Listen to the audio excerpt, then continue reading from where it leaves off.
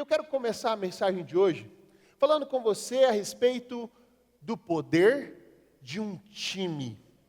Eu não sei se você conhece a história do Dream Team, o time dos sonhos do basquete americano.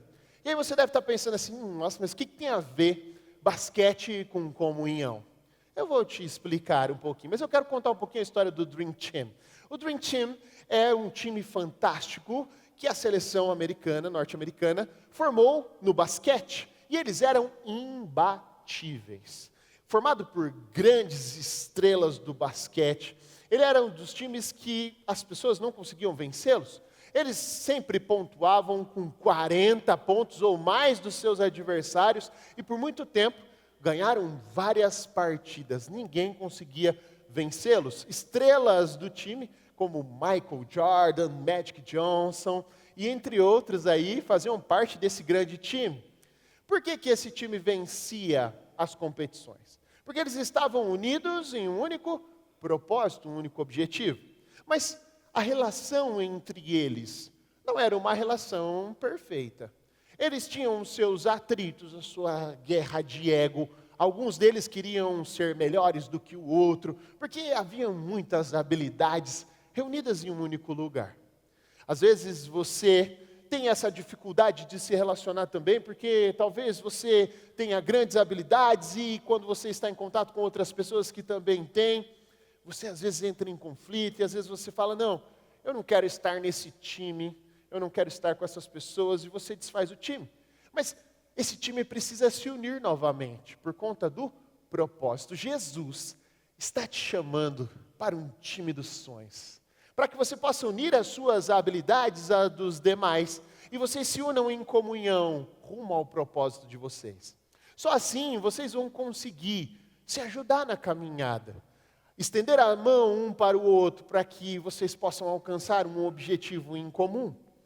O que essas pessoas do time tinham em comum? Um objetivo, uma meta, um foco. E as habilidades individuais deles colaboraram para que eles atingissem esse objetivo. Você também precisa ter um time dos sonhos. Eu quero que você tenha pessoas por perto com quem você possa caminhar junto rumo ao futuro brilhante que Deus tem para você. E às vezes você pensa assim, pastor, mas eu não me sinto pronto para fazer parte desse time. Sabe, eu não tenho tantas habilidades assim, eu não tenho tantos dons assim, eu não sou bom o bastante para estar no time. Semana passada, nós tivemos uma palavra incrível do pastor Cid. E aí você pode entender que você pode sim participar. Uma mesa está preparada para você, Jesus te chama para fazer parte do time, para sentar à mesa do rei. Ele te convida a estar em comunhão sim, porque ele acredita que você tem algo a oferecer para esse grupo. Na semana retrasada, nós tivemos uma palavra incrível do pastor Tiago Peitiu, falando sobre o elo mais forte. Quem lembra desse exemplo do elo da corrente? Às vezes nós somos o elo mais forte, e às vezes somos o elo mais fraco naquela relação de comunhão. Mas você precisa estar pronto, quer seja para oferecer ajuda, quer seja para ser ajudado. Para formar um grande time que Jesus está nos convidando para ser, nós precisamos aprender e desenvolver algumas habilidades. E é sobre isso que nós vamos falar hoje. Salmos capítulo 134, versículo 1, diz assim, ó: como é bom e agradável quando os irmãos convivem em união. E às vezes você pensa assim, pastor, eu não estou achando que está muito bom, não. Não está muito agradável, não. Eu só tenho embates com os meus irmãos, às vezes a gente discute, a gente vai tentando se unir, mas a gente acaba se dividindo, cada um vai para o lado, não está muito agradável, não está muito confortável. Mas não é sobre zonas de conforto, é sobre propósito, é sobre o que você está disposto a fazer e disposto a abrir mão para estabelecer uma união genuína com o seu irmão, com a sua irmã, em comunhão com ele. Você precisa estar disposto, com o coração aberto para isso. Por isso, hoje nós vamos falar sobre esse assunto. E às vezes você pensa assim, pastor, eu não sou suficiente, eu não sou tão inteligente, o meu grupo tem muita gente inteligente, lá no meu Gol, meu Deus, tem tanta gente inteligentíssima, pessoas falam sobre assuntos que eu desconheço, eu não tenho nada para contribuir com esse grupo. Quem sou eu, pastor, para estar lá? Por isso, o título da mensagem de hoje é Eu não sirvo para nada. Que título pesado, não é? Às vezes você pensa assim, mas eu já pensei isso, que eu não sirvo para nada. Mas olha só o subtítulo. Mentiram para você de novo. É uma mentira que te contaram. Você serve sim. Você tem habilidades específicas que Deus está buscando. Você tem histórias que vão curar outras pessoas, experiências que você já viveu na sua caminhada, que vão servir como uma ferramenta de encorajamento para as pessoas que estão com você no seu grupo. Todos nós carregamos uma mensagem dentro do nosso coração. A palavra de Deus diz que nós somos cartas vivas do Rei. Enquanto você vivencia experiências na sua vida, Deus está escrevendo uma pregação. Para quem? Para as pessoas com quem você se conecta, poderem ver em você o que Jesus está fazendo na sua vida. Deus está pregando através da sua história. Até aqueles momentos que você julga que poderiam ser descartados, que talvez você queria que fosse apagado da sua vida.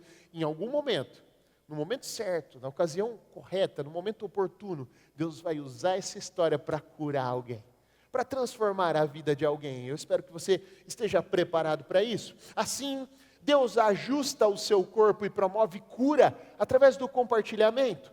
Todos nós somos úteis e funcionais no corpo de Cristo. Às vezes você pensa assim, não, pastor, eu sou só o dedão do corpo, o dedão do pé.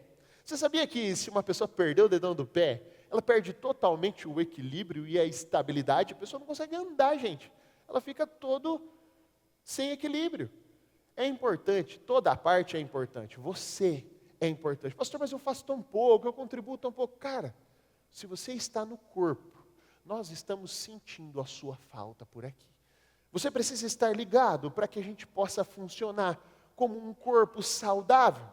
Sabe, eu quero ler um texto com você, mas antes disso eu quero abrir o primeiro ponto dessa mensagem. Se você está anotando, anote aí o primeiro ponto dessa mensagem. Você que está online, os nossos irmãos online aí, obrigado, viu, pelo seu coração, por estar nos assistindo em vários lugares do mundo. Você está anotando, anote. O primeiro ponto é edifique, não derrube. Se você está online, coloque aqui no chat. Primeiro ponto, edifique, não derrube. 1 Tessalonicenses capítulo 5, versículo 11. Olha só. Por isso, exortem-se e edifiquem-se uns aos outros, como de fato vocês estão fazendo. Olha só, ele já fala que vocês estão fazendo. Falta você começar a fazer, beleza? Edificar significa o quê? Construir. O que a palavra está dizendo? É que nós construímos algo uns nos outros. De que forma, pastor? Nas nossas palavras. Todas as vezes que nós falamos, nós estamos construindo algo. A nossa declaração de fé é para construir algo em seu coração. Gerar fé e convicção em você, para que você possa viver cada frase, cada linha da nossa declaração de fé. Não é algo que fazemos aleatoriamente, não é uma vã repetição, mas é algo que está construindo uma convicção e uma fé em seu coração. Nós temos o poder em nossas palavras de construir algo na mente das pessoas. O nosso cérebro, ele cria imagens em nossa mente à medida que nós contamos uma história ou damos algum exemplo. Eu quero fazer um exercício com você agora, eu quero que todos fechem os olhos, todos de olhos fechados aí, e eu quero que você imagine agora um urso polar entrando aqui no palco, bem grandão, um ursão polar branco, imaginou? E agora ele se sentou aqui com o pessoal aqui do louvor, aqui ó, sentou no sofá, e ele está segurando nas mãos dele uma garrafa de refrigerante, geladíssima. E esse refrigerante, ele tem um rótulo vermelho. E aí, esse urso, ele pega 2 copos com gelo, limão em rodelas, e ele começa a servir esse líquido no copo. Psst, e começou a encher os 2 copos agora. Que beleza, não é? As pessoas que não tomam refrigerante já criaram alguma repulsa nesse momento. Aqueles que ainda tomam, estão salivando com vontade de tomar o refrigerante que eu falei. Pode abrir os seus olhos. Você imaginou o urso Você imaginou o refrigerante. Agora, o marketing da marca desse refrigerante já contou para você qual é o refrigerante. Eu não preciso falar. E nós não vamos falar aqui porque eles não estão nos patrocinando. Então, mas você sabe, por quê? Durante anos isso foi construído em sua mente. Se você tem 30 anos ou menos, talvez você não saiba a relação do urso polar com o refrigerante. Mas eu que tenho mais de 30, e você também que tem mais de 30, você já sabe. Muitas propagandas repetidas vezes. Esse urso tomava esse refrigerante no final do ano, e a gente ficava com vontade de beber ele, não é?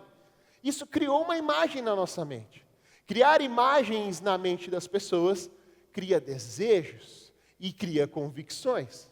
Quando você declara coisas, você está criando imagens e convicções. Você está estimulando as pessoas a imaginarem coisas, a pensarem além do que elas já vêm pensando. Viu? Isso acontece também nas nossas conversas. Quando nós compartilhamos assuntos e pontos de vista sobre determinados temas, nós estamos estimulando as pessoas a criarem imagens em sua mente. E isso gera convicções, gera fé, gera crenças. Imaginação é a ferramenta da fé. Você não será capaz de atingir nenhum alvo em fé se você não for capaz de imaginar isso primeiro. Você precisa se ver nesse lugar, imaginar. Lembra quando eu preguei a primeira mensagem dessa série? Eu abri a série e eu disse, eu não gosto de jogar conversa fora. Quem lembra disso? Eu não gosto de jogar conversa fora. Não há palavras que não voltem para mim com algum resultado. Quando você parar para conversar comigo, nós não vamos jogar conversa fora. Eu vou jogar conversa dentro. Você vai escolher se essa semente vai germinar no seu coração ou não. Palavras não são jogadas aleatoriamente. A palavra de Deus diz que a palavra, ela não volta vazia. Toda a palavra dita vai produzir um resultado. Palavras são sementes. Tudo aquilo que nós dizemos que valoriza o outro, que valoriza uma experiência, aquilo cresce. Tudo que nós dizemos que deprecia uma experiência ou que deprecia o outro, aquilo morre e definha. Você precisa escolher que tipo de semente você vai lançar no coração das pessoas com quem você tem se conectado. Olha o que a Bíblia diz, na versão Nova Tradução da Linguagem de hoje, em Provérbios 19, capítulo 21. O que você diz, olha só, pode salvar ou destruir uma vida. Portanto, use bem as suas palavras e você será recompensado. Vivemos em uma sociedade onde as pessoas são extremamente atacadas e derrotadas por palavras de depreciação. Você sabe, lá no seu trabalho, a galera não costuma falar muito bem uns dos outros. Lá onde você estuda, as pessoas não estão falando bem umas das outras. Lá, às vezes, na família em que você está inserido, e eles não são cristãos, eles não estão aqui com a gente, na mesma cultura, na mesma visão. Às vezes eles não estão falando bem uns dos outros. A nossa cultura estimula a depreciação, a falar mal, e não a falar bem, mas nós cristãos, nós precisamos mudar o jogo. Nós nos reunimos de forma intencional em nossos goals, em nossos encontros, aqui servindo em nossa casa. Quando nos encontramos em qualquer outro ambiente, nós precisamos ter a missão em nossa mente, de sermos aqueles que vamos falar coisas boas a respeito do outro, que vamos edificar algo na vida do outro, que vamos construir imagens de fé e esperança na mente do outro. Essa é a nossa missão, refletindo o amor de Deus através das nossas vidas. Essa é uma visão de fé e uma visão de confiança que nós precisamos adotar na nossa vida diária. Então, da próxima vez que você chegar lá no seu Go, e eu imagino, obviamente, que nós estamos aqui avançados na nossa série de mensagens. Se você não está em um Go, você já se inscreveu em um, né? Espero que você já tenha se inscrito em um Go. Você vai chegar lá no seu Go e você vai fazer diferente. Você vai chegar e você vai falar assim, estou impressionado, viu? Parabéns, você está muito bem hoje, muito elegante, muito bom. Você é um excelente profissional, sabia? Naquilo que você faz, você é uma das melhores. Eu espero que você seja uma referência na área que você atua. Léo, tenho visto seus stories, viu? Parabéns, viu? Você está cuidando da sua saúde, você está malhando, você está muito bem, cara. Eu já vejo massa muscular em você, Léo. Crescendo, não é? Parabéns pela sua decisão, viu? Muito bom, viu? E aí, Vitor? Legal, né, cara? Muito bom que você é um excelente empreendedor. Eu amo ver como você conduz os seus negócios, viu? E saber que você está aqui tão cedo, mesmo que seu negócio fique aberto até tarde. Cara, fantástico, que bom que você veio hoje, viu? Obrigado, viu, Vitor? Excelente. Está vendo? Palavras que constroem, que edificam, não palavras que depreciam. Você precisa estimular as pessoas a ter uma visão de fé a respeito de quem elas são. Porque às vezes a pessoa chega desesperançosa, a pessoa chega muito para baixo, e tudo que ela precisa é de uma palavra de encorajamento. E de quem vai vir? De nós. Porque eu não vejo Jesus depreciando ninguém. Eu não vejo Jesus falando mal das pessoas. O meu Jesus é um Jesus que sempre está apontando para o futuro brilhante que elas têm. Sempre está enchendo o coração das pessoas de esperança e de renovo. Você é um representante dele. Eu espero que você faça o mesmo.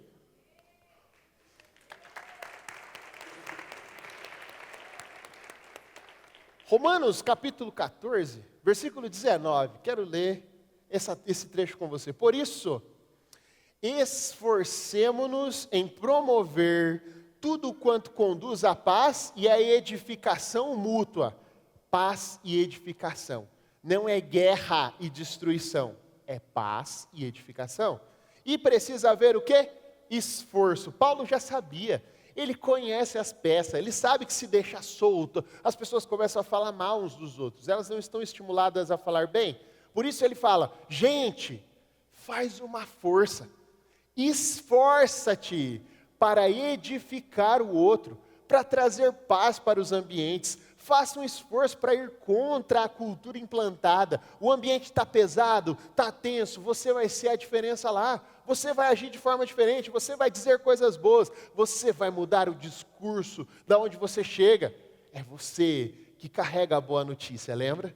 Paulo já conhecia essas pessoas, então ele os estimula a se esforçar para mudar o jogo. E a partir de hoje eu quero que você haja da mesma forma. Que você possa dizer mais frases como essa, ó. Eu acredito em você. Você é uma pessoa especial. Sua vida vai mudar. Não desista desse sonho. Você é muito bom nisso que você está fazendo, cara. Não tem ninguém que eu conheça que é melhor que você nisso que você faz.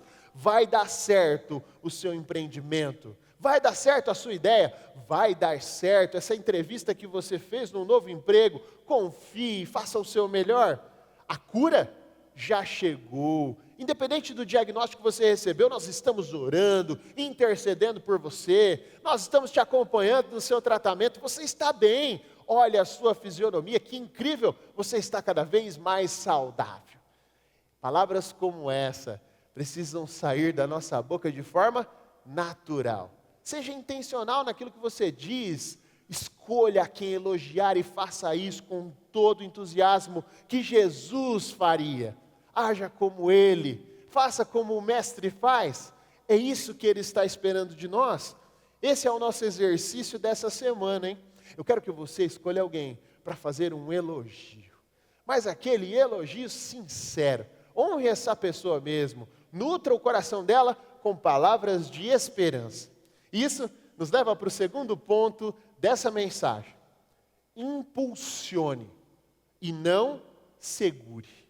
Tem gente que vive segurando as pessoas, parece que é um freio de mão para o sonho do outro, né? Nós estamos aqui para impulsionar, para levar você cada vez mais longe. No que depender da gente, você vai chegar o mais longe possível. Todos nós temos que encorajar e ensinar as pessoas que estão caminhando conosco. Temos algo que nós carregamos para fazer isso. Às vezes nós ensinamos com os nossos próprios erros, coisas que já vivenciamos e que a pessoa não precisa passar. Você está vendo a pessoa seguir o mesmo caminho que você fez um dia. E você já passou por aquela experiência. E você está vendo que a coisa vai dar muito ruim. E você tem a resposta, e você tem como orientar, e você não faz. Por que você está guardando? Sendo que você está vendo que o seu irmão está indo para o buraco, compartilhe com ele a sua experiência. E fala assim, olha, eu já vivi algo assim, e Deus me levou por esse caminho, e foi fantástico para mim. Que você possa ser essa pessoa que caminha junto, que consegue ensinar e exortar aqueles que estão perto de você com amor. Olha, às vezes você pensa assim, eu não tenho nada para ensinar, pastor, as minhas experiências são muito ruins, eu me reservo mesmo, eu guardo para mim, mas olha só o que Paulo, o apóstolo Paulo, está dizendo a seu respeito. Romanos 15, versículo 13 e 14 diz assim, ó, que o Deus da esperança os encha de toda alegria e paz, por sua confiança nele, para que vocês transbordem de esperança pelo poder do Espírito Santo. Meus irmãos, eu mesmo estou convencido, Paulo está convencido, de que vocês estão cheios de bondade e plenamente instruídos, sendo capazes de aconselhar uns aos outros. Paulo está dizendo que você é capaz, que você está plenamente instruído, que você está pronto para fazer isso, ajudar as pessoas que estão precisando de ajuda. Viu? As pessoas querem te ouvir. Você tem algo que pode mudar a vida delas para sempre. Abre o seu coração, deixa Deus falar através de você. Deixa Deus te usar de uma forma plena. Deus quer usar as suas experiências para ensinar as pessoas que te cercam. Compartilhe no momento certo. Não é todo o tempo, mas Deus vai te mostrar o tempo certo, o momento exato, para você abrir seu coração, compartilhar uma experiência e transformar a vida de quem está perto de você. Um exemplo que eu tive recente foi no aniversário da nossa Casa Oxygen. Quem estava aqui no aniversário? Aí, 7 anos de Casa Oxygen, que fantástico. E nós tivemos um momento muito interessante, que as pessoas, elas vieram testemunhar aqui na frente, né? E pessoas que já estão caminhando com a gente há um tempo, há vários anos já, e a gente viu a história delas aqui contada, e pessoas chorando, se identificando com os testemunhos. É muito poderoso quando alguém que está perto de você conta uma história pessoal, onde Jesus atuou e transformou a vida dele ou dela, não é verdade? Deixa de ser algo tão distante, começa a ser algo muito próximo. Essa experiência vem para perto de nós. E quando isso acontece, Deus não é mais um Deus que você olha na Bíblia e fala assim, nossa, Deus fazia milagres. Agora, você olha para o lado e vê a experiência de quem está aqui e fala assim, não, Deus faz milagres. Está fazendo aqui com a pessoa que está do meu lado. E nós temos muitos testemunhos aqui no nosso meio. Às vezes você não sabe ainda, mas existem pessoas aqui que foram curadas de um câncer, pessoas aqui que saíram de uma fase terminal da UTI, estão aqui, firmes e saudáveis. Casamentos aqui que foram restaurados. Gente que estava com a separação assinada e agora está aí restaurando a relação, está com o casamento restaurado novamente. Pais que não falavam com seus filhos, filhos que nunca queriam mais falar com seus pais, e agora estão conversando novamente, estão reconstruindo o amor. Pessoas que estavam com sua vida financeira destruída, empresas totalmente à beira da falência, mas que agora estão vivendo o ápice do seu desempenho financeiro, as empresas estão indo super bem, as pessoas estão de novo restaurando as suas finanças, coisas que você nem sabe, mas os testemunhos estão aí. Se você entrar em comunhão com essas pessoas, elas vão contar para vocês o que Jesus está fazendo. Eu tenho mais acesso a essas pessoas porque elas me contam, e que agora você possa contar também o que Jesus está fazendo na sua vida. Pode ser a resposta da oração de quem está exatamente aí do seu lado. Aproveite esse momento. Colossenses capítulo 3, no versículo 16, diz assim, habite ricamente em vocês a palavra de Cristo. Ensinem e aconselhem-se uns aos outros, com toda a sabedoria, e cantem salmos, hinos e cânticos espirituais, com gratidão a Deus em seus corações. Bem parecido com um gol. Lá a gente canta, lá a gente compartilha a palavra, lá a gente aconselha as pessoas que estão ali com a gente, compartilha as nossas experiências. É um momento de comunhão. E às vezes você pensa assim, esse negócio de pequeno grupo, de gol, é coisa dessas igrejas novas. Não. Lá, aos Colossenses, já haviam pessoas fazendo isso. Nada tão novo e nada tão velho. Desde o princípio, a forma como Deus usa para o crescimento é unindo as pessoas em comunhão. É o método acelerado de crescimento que Ele usa. E até hoje, Ele está fazendo da mesma forma. não é uma novidade que a gente inventa. É a palavra aplicada na sua vida, lembra? É uma ferramenta que está disponível para você. Eu não sei se você está sabendo, mas quando a gente for para o céu, o fim da nossa existência, depois, se você crer, será salvo, estará lá no céu. Você estará com essas pessoas aqui, com seus irmãos. E também com pessoas que não são daqui, mas que são de outras denominações, enfim. Teremos muitas surpresas no céu. E se você tem alguma coisa a resolver com alguém aqui nessa terra, se reconciliar, faça isso agora. Porque lá no céu vai ficar chato. Você vai encontrar a pessoa lá, gente, e a gente vai para o céu junto. A gente vai encontrar com essas pessoas. E não tem como você chegar em Deus e falar assim, ó, se o fulano está aqui, eu estou fora. Deus vai falar assim para você, ok, temos 2 locais disponíveis. O do fulano está garantido, você quer ir para onde? Não tem como, entendeu? Nós precisamos nos acertar aqui, nessa terra, em tempo hábil, para que possamos estar lá felizes e se alegrando com o nosso Criador. Nós estamos aqui na escola do relacionamento, a nossa existência é uma escola. Você precisa se alinhar com quem você tem que se alinhar, o mais rápido possível, sabe? Estamos o tempo todo ensinando e aprendendo coisas. Alguns líderes têm dificuldade. Agora eu quero falar com você que é líder. Às vezes você lidera no seu trabalho, lidera um pequeno grupo, lidera um ministério, lidera uma igreja, não sei. Você é líder da sua casa, da sua família, você está numa posição de liderança. E às vezes você pensa assim, não, eu estou aqui para ensinar. Eu não estou aqui para aprender. E você tapa os seus ouvidos para as experiências do outro. Mas sabe o que eu aprendi como líder? Que quando estamos liderando, nós estamos aprendendo. Enquanto ensinamos, estamos também aprendendo com as experiências de quem está contando. Eu aprendo muita coisa.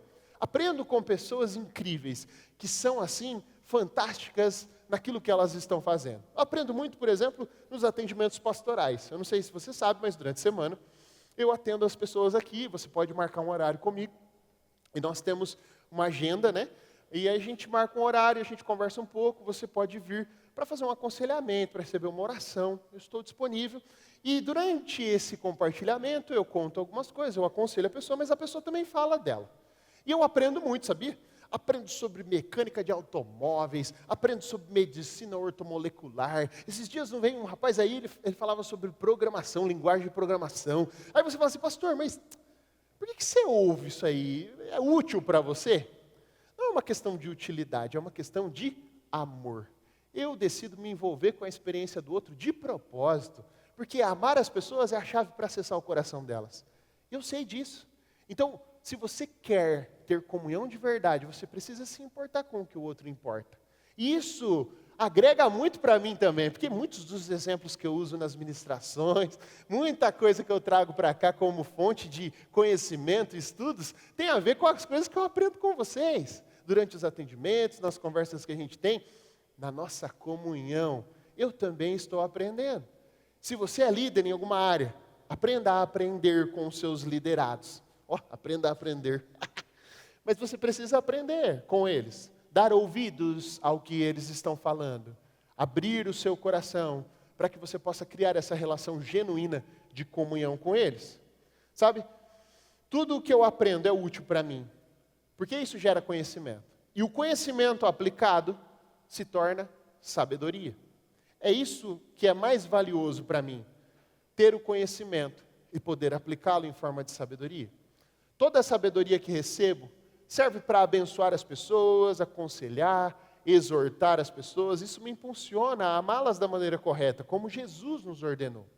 Eu quero que isso aconteça com você também, no seu pequeno grupo, nas pessoas com quem você se conecta. Que Deus te encha de sabedoria, a ponto de, quando alguém pedir alguma ajuda para você, ou pedir um conselho, se você não tiver a resposta, você pelo menos saiba quem tem a resposta. Fala, não, eu já aprendi sobre isso, você precisa procurar esse profissional, você precisa fazer isso.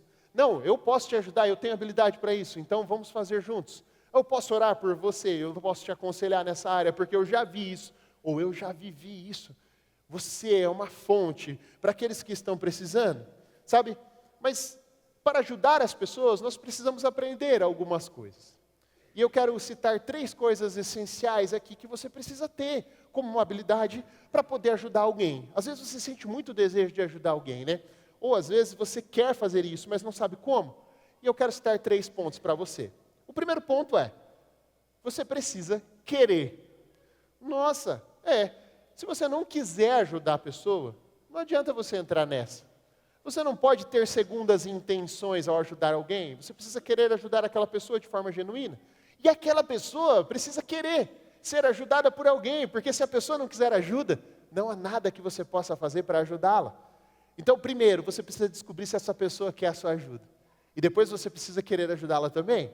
O segundo ponto é ter habilidade para isso. Não adianta você querer ajudar alguém se você não tem uma habilidade para isso, não é? Não adianta você querer se envolver em uma ação em que você não tem habilidades para aquilo. Eu quero te dar um exemplo. Por exemplo, nós temos aqui a doutora Gi, e ela quer se especializar na área de dermatologia. E aí, de repente, ela está analisando um paciente e ela encontra algum problema na pele do paciente. Aí ela fala, vou chamar o pastor Wesley para me ajudar. Pois é, me liga e fala assim, pastor, preciso de ajuda aqui, eu encontrei algo estranho na pele de um paciente. Eu falo, tudo bem, o que você precisa? Que eu vá até aí para a gente orar por ele? Porque a minha habilidade é orar pelas pessoas, incentivá-las, aconselhá-las. Não, pastor, eu preciso que você venha aqui e analise no meu lugar, porque eu preciso sair. Eu consigo ajudar? Não consigo. Por quê? Não tenho habilidade, não tenho formação para isso, não tenho conhecimento. Então não adianta eu querer entrar para ajudar alguém em alguma área que eu não tenha habilidade específica. O que eu quero dizer com isso? Tem gente que gosta de ajudar todo mundo, né? Eu posso te ajudar, eu quero te ajudar, beleza. Só que se você for ajudar alguém, por exemplo, a sair das dívidas, e você não tiver habilidades de gestão, o que vai acontecer? Vai dar ruim, você vai pôr a pessoa num buraco mais profundo ainda, meu filho. Eu quero te ajudar na tua empresa, eu quero ajudar você aí na organização, na liderança, mas eu não tenho habilidade. Não vai dar certo. Se você se propor a ajudar alguém em uma área que você não tem habilidade, você não vai conseguir fazer. Então você precisa entender o quê? Que você pode ajudar as pessoas, mas você precisa ter habilidade para isso. Se você não quiser adquirir habilidade para isso, você precisa pelo menos conhecer alguém que tem essa habilidade. Então, eu não posso ajudar, mas eu sei quem pode. Vamos chamar o fulano, vamos chamar essa pessoa, porque essa pessoa é especialista nesse assunto. Vamos chamar essa pessoa para nos ajudar, porque essa pessoa, ela faz só isso da vida, ela é uma pessoa assim fantástica, ela pode nos ajudar. Então você precisa ter habilidade. E o terceiro, fazer com amor. Isso aqui é o ingrediente principal para quem quer ajudar alguém na vida. Se você não tiver amor, você não consegue ajudar as pessoas. Você precisa ter Jesus com você. Nessa relação, Jesus tem que ir junto, porque senão você acaba sendo grosseiro com as pessoas, você acaba ferindo as pessoas. Por mais conhecimento que você tenha, por mais que você queira, você não consegue ajudar as pessoas sem amor. Você precisa encher o seu coração de amor enquanto você faz o que faz. Por isso, que isso precisa estar ligado ao seu propósito. Tem que ter amor envolvido, senão você não consegue ajudar ninguém. Tudo o que fizer, faça com amor, com paixão. Chame Jesus para fazer com você, porque assim você vai conseguir ajudar as pessoas de verdade. Sabe, nós temos muitas pessoas entre nós que eu chamo de sabidão, ou sabidona. Quem conhece um sabidão e uma sabidona? Eu conheço vários. Quem são essas pessoas? Pessoas que não têm habilidade, pessoas que não têm conhecimento, mas elas querem resolver o problema dos outros e, pior, sem amor nenhum. Então elas vão lá e começam a dar pitaco na vida do outro, começam a querer corrigir alguma coisa, mete a colher onde não deve, quer entrar no relacionamento do outro, quer consertar o casamento do outro, quer dar pitaco no namoro, no trabalho do outro, quer resolver a vida de todo mundo, mas ele é um sabidão, uma sabidona. Não tem habilidade para isso, não tem amor no que faz e quer ajudar as pessoas. Essas pessoas, elas não estão colaborando, elas só estão destruindo, elas não estão edificando, elas estão derrubando o sonho das pessoas, estão freando aquilo que Deus está fazendo na vida do outro. Não deixe que um sabidão se aproxime de você, que você não seja um sabidão na vida de alguém, mas que você seja alguém cheio do Espírito Santo. Lembra? Você será conduzido pelo Espírito Santo a falar na hora certa, no momento certo, quando você tiver habilidades para isso e com todo o amor que Ele nos propõe. Atos capítulo 20, no versículo 31, diz assim, ó: por isso, vigiem, lembrem-se de que, durante 3 anos, jamais cessei de advertir a cada um de vocês disso, noite e dia, com lágrimas. Eu quero que você foque nessas palavras, com lágrimas. Tudo que é feito com amor, que a pessoa está emocionalmente envolvida naquela situação, ela faz com amor, com lágrimas nos olhos, é direcionado por Deus, é da forma que Deus quer. Porque se você advertir uma pessoa só da boca para fora, aquilo não surte efeito no coração. Eu quero contar uma história para você. Quando eu tinha 15 anos, eu comecei a consumir álcool de uma forma moderada. E aí comecei a consumir todo final de semana. E aí eu comecei a beber bebidas mais fortes, os destilados e tal.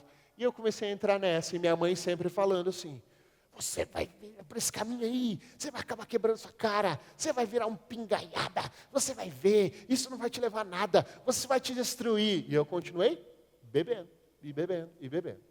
A cada final de semana isso ia se intensificando, e certo dia, numa das festas, eu perdi a consciência de tanto álcool que eu tomei. E aí os meus amigos do dia, eles me carregaram para casa, e chegando lá, minha mãe abriu o portão para eles me colocaram na cama e saíram e tal. No dia seguinte, eu acordei com aquela sensação horrível de ressaca. E eu estava em uma poça de vômito. Eu abri os meus olhos e eu dei de cara com a minha mãe na beira da cama. E ela estava com as mãos estendidas, lágrimas nos olhos, orando por mim. Falando: filho, meu Deus, eu te peço que meu filho saia dessa situação. Porque eu não quero que ele tenha o mesmo fim que o pai dele teve. E aquele dia, as palavras dela atravessaram o meu coração como uma flecha. Porque havia amor envolvido em suas palavras. Ela queria me ajudar. Ela usou as habilidades que ela tinha, que era a oração. E ela fez isso com todo o amor que ela tinha. Naquele dia, eu fui resgatado pela oração dela. E hoje, eu estou aqui pregando o Evangelho para você. Eu poderia estar em outra sarjeta por aí, mas porque ela decidiu me ajudar da maneira certa, eu estou aqui pregando a palavra para você. Tudo que você for fazer,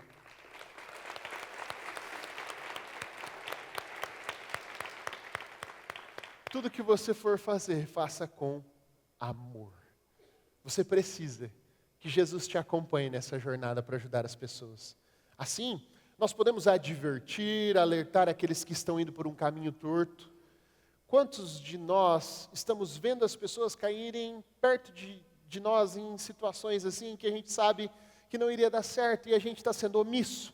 Nós não estamos falando aquilo que Jesus gostaria que falássemos para essa pessoa. Jesus está falando: fala para ele, fala para ela que isso não vai dar certo, fala para ele sair daí, que isso é perigoso, mas você fica omisso, porque você diz assim: eu não tenho nada a ver com isso, não é problema meu, ele ou ela que se vire, porque você tem medo de ser julgado, de ser caluniado, de ser atacado por essa pessoa. Mas eu quero te dizer uma coisa: se você é cristão, seguindo os passos dele, olha só o que aconteceu com ele. Ele foi humilhado, ele foi atacado, ele foi caluniado. Mas, depois, ele foi glorificado. Você não sabe o que Jesus está fazendo no coração das pessoas. Você precisa obedecer o que Ele está te falando para fazer hoje. Quantas respostas você tem guardado para os problemas que os seus parceiros de jornada estão enfrentando hoje? No cristianismo, nós nos importamos uns com os outros. Por isso, nós sinalizamos o caminho para que a jornada dessa pessoa seja o mais segura possível. É claro que a responsabilidade é sempre do outro. Nós estamos aqui para sinalizar o caminho. Às vezes as pessoas responsabilizam, né? O pastor: não, pastor, você que falou, você que fez, tal. A responsabilidade é do pastor de conduzir as ovelhas. Nós vamos conduzir e sinalizar o caminho. Ovelha que não quer andar no caminho, ela vai se perder do mesmo jeito. Não é a minha responsabilidade, eu estou muito bem com isso. Não é a sua responsabilidade a guarda do outro, mas é a responsabilidade sua sinalizar o caminho que leva ele ou ela para Jesus. Isso é sua responsabilidade, é minha responsabilidade. Sabe, as pessoas têm dificuldades, às vezes, de se expressar. E elas temem abrir seus corações de forma direta. Então, como que elas fazem? Elas usam a reclamação. Sabe o que eu descobri? Que toda reclamação esconde um pedido de socorro. Gente que reclama muito da mesma coisa, para todo mundo. Sabe o que elas querem? Elas querem uma solução. E elas não encontram, elas não sabem que você tem a resposta. Elas acreditam que não há saída para elas. Então elas falam, meu casamento está assim. Minha relação com meu marido, com os meus filhos está assim. Eu não sei o que fazer. E ela fica como repetindo isso para todo mundo. O que isso quer dizer? Ela está gritando, socorro, eu preciso de ajuda nessa área. E você tem a resposta. Você tem a cura. Às vezes a pessoa fica lá com o diagnóstico, sai da ressonância com aquele envelope gigantesco e sai contando para todo mundo, olha só o que eu tenho, olha a doença que diagnosticaram, olha só. Sabe o que isso significa? Ela fala, eu não sei como resolver, eu não conheço o Jesus que cura, mas você conhece. Você tem a resposta para ele ou para ela, você sabe como ajudá-lo ou ajudá-la em oração. Você precisa começar a abrir a sua boca, porque o mundo está esperando uma resposta nossa, está esperando que a gente declare que Jesus está curando, está restaurando casamentos, está restaurando finanças, está transformando vidas, está mudando realidades, porque é isso que nós acreditamos e é isso que Jesus está fazendo, não é? Você tem a resposta para a dor do outro, não guarde isso para você, comece a compartilhar. Sabe, é nesse momento que as pessoas começam a baixar a guarda, elas param de reclamar e começam a dar ouvidos àquilo que você está falando. Quando você pergunta a elas, você quer que eu te ajude? Você quer que eu diga o que eu acredito para você? Você quer saber como eu fiz quando eu passei por essa situação? Você quer saber como eu recebi ajuda quando eu passei por essa situação? Se a pessoa disser sim, esse é o momento de você começar a praticar a palavra. Hebreus capítulo 3, versículo 13, diz assim, pelo contrário, encorajem-se uns aos outros todos os dias, durante o tempo que se chama hoje, de modo que nenhum de vocês seja endurecido pelo engano do pecado. Pois passamos a ser participantes de Cristo, desde que, de fato, nos apeguemos até o fim à confiança que tivemos no princípio. Quando que a gente tem que encorajar uns aos outros? Todos os dias. Quando? No tempo que se chama hoje. Para que as pessoas não fiquem endurecidas pelo pecado. O que isso significa? Quando você vê alguém numa situação difícil, você não começa a orientar, a sinalizar o caminho. Essa pessoa acha que isso é normal. E ela começa a se afundar cada vez mais. Ela continua se endurecendo pelo pecado. Até que chega um momento em que fica difícil ajudar essa pessoa. Quero dar um exemplo para você, por exemplo. Vou chamar o Vitor aqui. Vitor, por gentileza. Vitor hoje está de diretor aqui no Louvor. Está arrasando, vocês viram? Fantástico. O Vitor é meu parceiro de jornada, parceiraço. Nós caminhamos juntos. Talvez ele esteja no meu gol, por exemplo. Tá? Estou falando um exemplo para você. E nós caminhamos juntos. A cada 15 dias estamos juntos, eu estou observando, ele compartilha algumas coisas comigo. E aí eu percebo que o Vitor está seguindo por uma direção que não condiz com a palavra de Deus. Talvez ele está seguindo por um caminho tortuoso. Eu falo, Vitor, cara, você está muito na beirada, velho. Eu acho que você vai cair num buraco. Você não quer caminhar um pouquinho mais para cá? Porque a palavra de Deus fala que a gente não pode ficar num momento tão perigoso. Aí eu vejo que você pode se afundar. Mas a responsabilidade ainda é do Vitor. Eu só estou sinalizando o caminho, mas eu preciso falar, porque se eu não falar e deixar ele seguir o caminho, em determinado momento da jornada ele vai começar a caminhar sozinho. E aí ele mesmo vai acabar caindo num buraco. Quando isso acontecer, vai ficar difícil para mim fazer uma orientação. Ô, Vitor, olha, não anda na beirada. Não, já caiu. Não tem como andar mais na beirada. Agora ele já se afundou. E agora eu quero ilustrar para você o que seria um buraco, por exemplo. Talvez um buraco profundo de uma dependência química, já não dá mais para alertar ele, não caminha com esses caras não, rapaz, vem mais próximo da gente, às vezes não são boas amizades, as coisas que eles fazem por aí, cara, vai te prejudicar, sabe? Você está usando esse tipo de entorpecente aí, não é legal, cara, isso aí vai afetar sua mente, vai queimar seus neurônios. Lá atrás daria para orientar, mas agora já afundou. Agora ele vai precisar, pastor, estou aqui no gol, cara, fulano se afundou. Eu preciso que você me ajude. Aí vai ser a ligação, igual a da Gi. Fala assim, tudo bem, mas ele é dependente químico. Eu não posso mais ajudá-lo, eu preciso de profissionais da área. Então nós vamos ter que providenciar uma internação para ele, uma recuperação. Eu preciso de ajuda médica, eu preciso de ajuda psiquiátrica, psicológica. Preciso de mais pessoas para me ajudar com isso. Entende? Nós temos uma missão primordial lá atrás, de sinalizar o caminho. Agora, ele já está num buraco. Agora ele precisa de mais pessoas para ajudar. Profissionais da área, de outras áreas, às vezes nem são da igreja, para poder tirar o Vitor desse buraco que ele se enfiou. Você pode me ajudar aqui? Podemos ajudar o Vitor agora. Precisamos de mais mãos. E você, não sinta vergonha de pedir ajuda. Continue, porque nós vamos tirar você desse buraco. Mas lá atrás, no seu gol, você tem uma missão de orientar e de sinalizar. Porque quantas pessoas deixaram de cair num buraco profundo, porque certa vez um parceiro de jornada falou para ele, não é legal, cara, sai desse caminho, não entra nessa não, com todo o amor, com todo o carinho, com as habilidades que ele tinha na época, foram úteis, porque agora ele não caiu num buraco profundo. Entende a importância da missão que nós temos com os nossos grupos, com as pessoas que nós amamos? Nós precisamos orientá-las no caminho.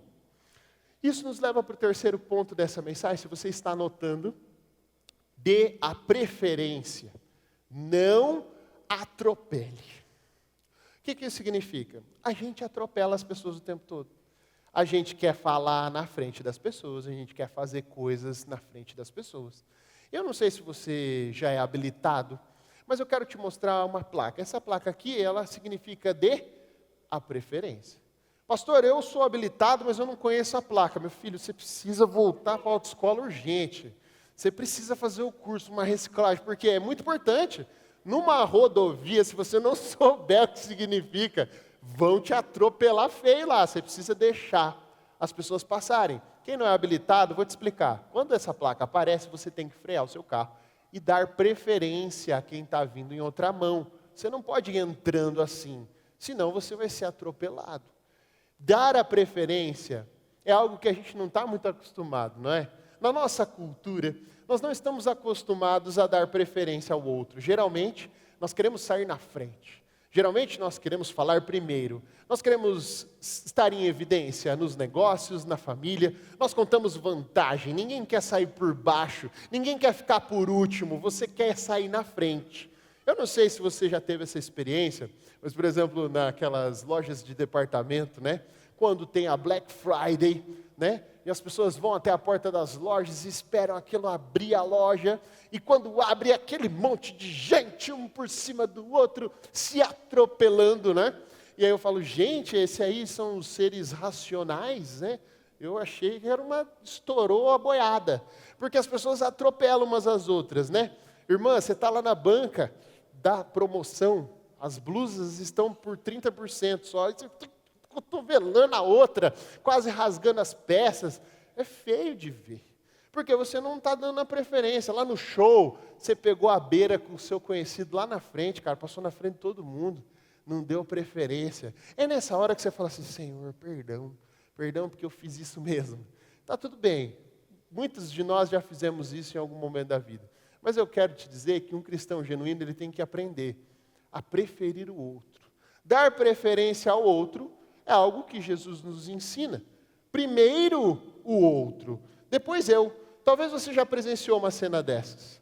Dar preferência ao outro é uma virtude de um cristão. E onde está isso na Bíblia, pastor? 1 Coríntios capítulo 10, versículo 24. Diz assim, ninguém deve buscar o seu próprio bem, mas sim o dos outros.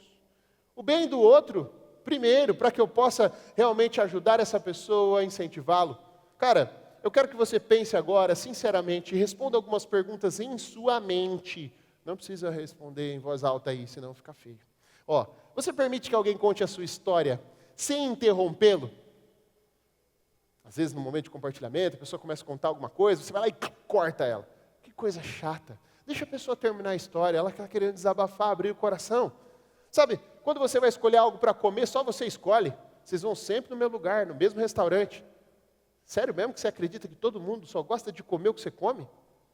Dê preferência, cara. Permita que a outra pessoa abra a sua opinião, expresse a sua opinião. Eles também têm preferências. É uma pessoa, um ser humano que está com você. Sabe, nós ouvimos as pessoas com total interesse e atenção naquilo que elas estão falando. Deixamos as pessoas receber os créditos por coisas que fizemos. Ah, não, pastor, isso aí não. Se fez um trabalho, tem que pôr o meu nome lá. Tem que falar que eu estava junto, que eu participei do projeto. Não pode falar que foi só ele, que foi só ela. Isso é uma injustiça. Onde estão a minha honra e o meu crédito? Cara, você já venceu tantas vezes. Você participou, não participou? Contribuiu, não contribuiu? Você sabe do que você é capaz, não é? Por que você faz questão de que coloquem o teu nome lá? Deixa o outro ir lá e levar os créditos. Está na minha frente, está tudo bem. Prefira o outro em vez de você. Jesus fazia isso o tempo todo. Por quê? Porque ele não tinha dúvidas de quem ele era. Ele estava certo da sua missão, do seu chamado, do seu propósito. Talvez isso tudo aí só revela a insegurança do seu coração. Prefira o outro. Dê preferência para que você possa atingir o coração dessa pessoa em cheio com o Evangelho e com o amor de Jesus. E nas nossas orações? Ai, as nossas orações. Quando a gente ora, a gente só está pensando na gente? As nossas orações são só sobre nós? Ou nas suas orações inclui mais alguém além de você, Narciso? Poxa vida, nós estamos orando e só falamos dos nossos problemas, das nossas misérias, daquilo que Deus precisa resolver para nós. Mas existem pessoas que não conhecem a Jesus, mas elas podem receber uma oração sua. Podem ser alvo do favor de Deus através da sua vida. Ah, pastor, mas se resolver o problema da pessoa, Deus tem que colocar meu nome na oração lá, eu quero receber o crédito. Você não entendeu nada, né? Tem que continuar orando por essa pessoa. Então, um exercício, ore por você essa semana, continue fazendo os seus pedidos normalmente. Inclua uma pessoa em sua oração. Alguém por quem você quer interceder. Alguém que você deseja que o amor de Cristo encontre. Alguém que você sabe que está passando por um problema, por uma enfermidade, e você deseja que Deus intervenha nessa situação e resolva. Esse é um exercício para você, além do elogio. Agora você tem mais uma tarefa. Orar por alguém ainda essa semana. Servir as pessoas é algo gratificante. Algo que nos enche de alegria e produz em nós virtudes nobres como respeito, honra, admiração, compaixão. Você está vendo essas pessoas com essas camisetas aqui em nossa casa? Aqui para servir. Tem gente que vem de Garça, tem gente que vem de Ocalçu, tem gente que vem de Tupã, tem gente que vem de Pompeia e outras cidades aí para servir você, sabia? Voluntariamente. Voluntariamente. Você pode aplaudir os nossos voluntários?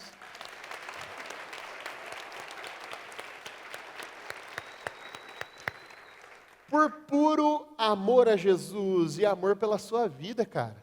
Eles estão preferindo você, ao invés do soninho da manhã deles num domingo nublado. Você faria o mesmo por eles? Essa é a pergunta. Não, pastor, não tenho tempo. Eu não tenho tempo para servir, eu não tenho tempo para abrir gol na minha casa, eu não tenho tempo para nada, eu sou uma pessoa sem tempo. Eu também entendo a sua rotina, eu também não tinha muito tempo, não.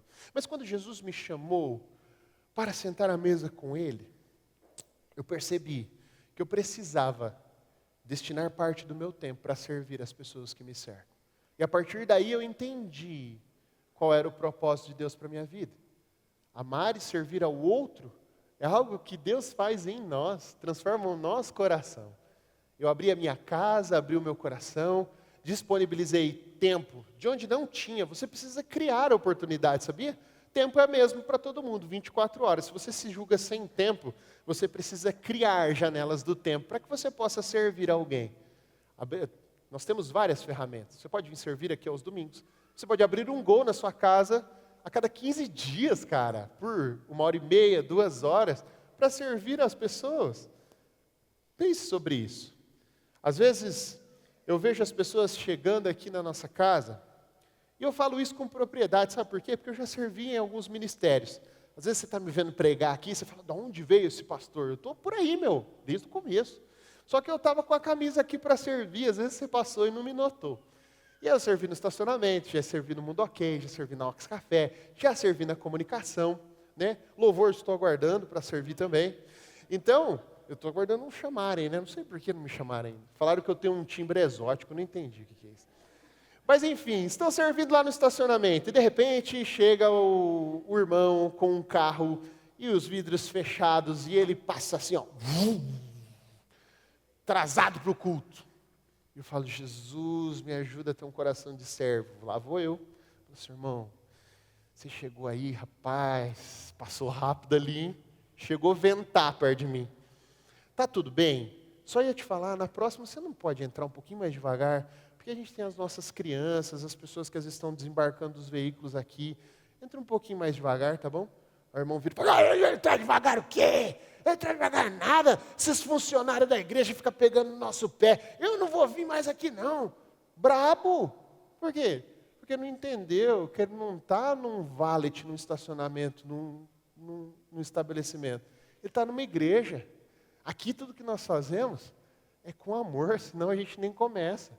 É orientando com amor. Aí às vezes ele chega, entra no Ox Café, eu já servi no Ox Café. O cara está lá. Ô irmãozão, traz um café para mim. Vou lá, todo amor. Aqui o seu café, tá bom? Muito bom café, hein, rapaz? Demora, né, o atendimento aqui às vezes. Falo, meu filho, você não está na padaria. Não é que demora. Nós estamos aqui nos organizando para te servir com todo amor. Mas ele não entendeu ainda que estamos em um corpo. Estamos tentando trazer ele mais para perto para estabelecer com ele comunhão. Aí vai lá no Mundo Ok. Eu vim deixar meu filho para brincar. Deixa aí o menino para brincar. Eu falo, não, nós temos os horários aqui. A gente não deixa a criança só brincando. Nós estamos ministrando a palavra para eles, para elas. Nós estamos fazendo um culto aqui da forma deles, de forma lúdica, interativa, para que eles possam ter a mesma experiência que você vai ter lá. Agora passou do horário. Eu não quero mais essa igreja, não. Não pode deixar a criança brincando. Meu filho, se você quer deixar a criança brincando, você vai lá no shopping, você paga, você deixa a criança brincando. Aqui, nós temos os horários, o departamento, porque nós queremos que o seu filho tenha uma experiência com Deus, de encontro com Ele. Não é só para brincar, não é sobre o playground. Entende? E quando eu vejo as pessoas se comportando dessa forma, eu falo, Jesus, que o Senhor possa mostrar para eles, mostrar para elas. Deixa eles. Porque em determinado momento eles vão entender que eles estão em uma igreja, onde nós fazemos tudo com amor. Nós estamos aqui para conectá-los ao corpo, para que eles possam se sentir úteis, amados e participantes do corpo de Cristo. Essa é a nossa meta para você. Fique tranquilo. Se você entende que você está aqui para ser servido, é porque você ainda não entendeu o Evangelho de Jesus. Às vezes você fala assim, eu não gostei do louvor. Adivinha? Não é para você, não. Nós adoramos a Deus para que você possa se conectar com Ele. É aqui, ó. Não é aqui. Tá tudo bem se você não gostou da música, mas que semana que vem você volte. E na outra também, e também. Até que você possa ser conectado ao seu Criador através da adoração. É isso que nós estamos fazendo aqui. Nós estamos unidos em um corpo. Talvez você está aqui hoje pela primeira vez e você fala assim, nossa pastor, eu acho que eu preciso já pedir perdão por algumas coisas que eu andei fazendo aí quando eu cheguei. Está tudo bem, fique tranquilo. Hoje, você tem a oportunidade já de começar da maneira certa. Se conectando ao corpo. Agindo de forma intencional e em amor. Como? Entregando a sua vida a Jesus. Talvez hoje você ainda não esteja preparado para abrir a sua casa para um gol, mas que você mude o seu olhar em relação ao que é servir a Deus, ao que é fazer parte de uma igreja, ao que é estar em um corpo. Que você possa abrir o seu coração hoje para entregar a sua vida a Jesus. Como é que eu faço isso, pastor? Eu nunca fiz isso na minha vida. É uma vez só que faz mesmo. E nós vamos fazer isso de uma maneira bem discreta. Como que a gente faz? A gente faz assim, ó. Eu quero pedir para que todos fechem os olhos, todos sem exceção de olhos fechados agora.